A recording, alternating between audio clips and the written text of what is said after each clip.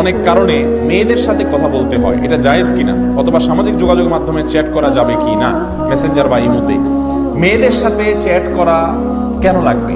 যদি আপনি ছাত্র মানুষ হন, পড়াশোনা বিষয়ে কোনো লেনদেন, কোনো আদান প্রদান, কোনো কথাবার্তা, কোনো আইডিয়া শেয়ারিং করার প্রয়োজন হয়, একান্তে করবেন না। হয়তো গ্রুপ স্টাডি হচ্ছে অনলাইনে, সেখানে ছেলে মেয়েরা আছে, সেখানে যদি আপনার পর্দা রক্ষা করে কোনো আইডিয়া শেয়ার করতে চান, করতে পারেন। অন্যথায় একাকী নির্জনে কথা বলা, যেটা ফিতনার দিকে নিয়ে যাবে, মনের মধ্যে বাজে চিন্তা নিয়ে আসবে, সমাজ অস্থির হবে, অশান্তির দিকে যাবে, সেটা কোনো অবস্থাতে জায়েজ।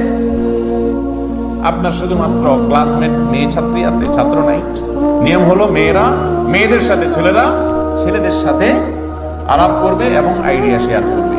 ভাইরা আমার, এই কথাগুলো শুনলে আমাদের ভালো লাগে না। হুজুররা সব ওল্ড, সব সেকেলে, পুরান আমলের। এখন জগৎ কোথায় চলে গেছে হুজুরদের খোঁজ খবর নাই।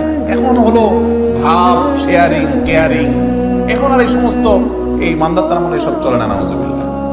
এই চিন্তা আমাদের ভাইরা করে। এরপরে যখন এই ঐশীর মতো, ওই যে আনুষ্কা, দিহান, এই সমস্ত ঘটনা যখন ঘটে, তখন আবার মনে করে না রে, হুজুররা যেটা বলছিল কথা তো। আল্লাহ তাআলা আমাদেরকে সময় থাকতে সাবধান হওয়ার তৌফিক দান করুন। কোরআনে আল্লাহ তাআলা বলেছেন ওয়ালা তাকরাবুজ জিনা।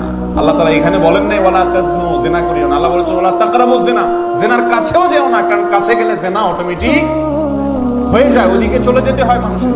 এই জন্য আগে থেকে বাঁধ দিতে হয়। আল্লাহ আমাদের বোঝার তৌফিক দান করুন। ডক্টর খন্দকার আব্দুল্লাহ জাহাঙ্গীর রাহিমাহুল্লাহ বলেছিলেন, মানুষের স্বাভাবিক জৈবিক চাহিদা যৌনতা, এটা সৃষ্টিগতভাবে প্রমোটেড।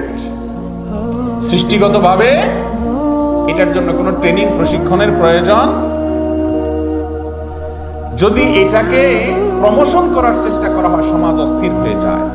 যৌনতাকে বরং কন্ট্রোল করতে হয়, এটাকে বরং নিয়ন্ত্রণ, যত্রতত্র ব্যবহার করা থেকে বাঁচতে হয়। এখন এটাকে প্রমোশন করতে চাইলে আরো সমাজ কি হবে, অশান্তির দিকে চলে যাবে। আল্লাহ তাআলা আমাদেরকে বোঝার তৌফিক দান করুন।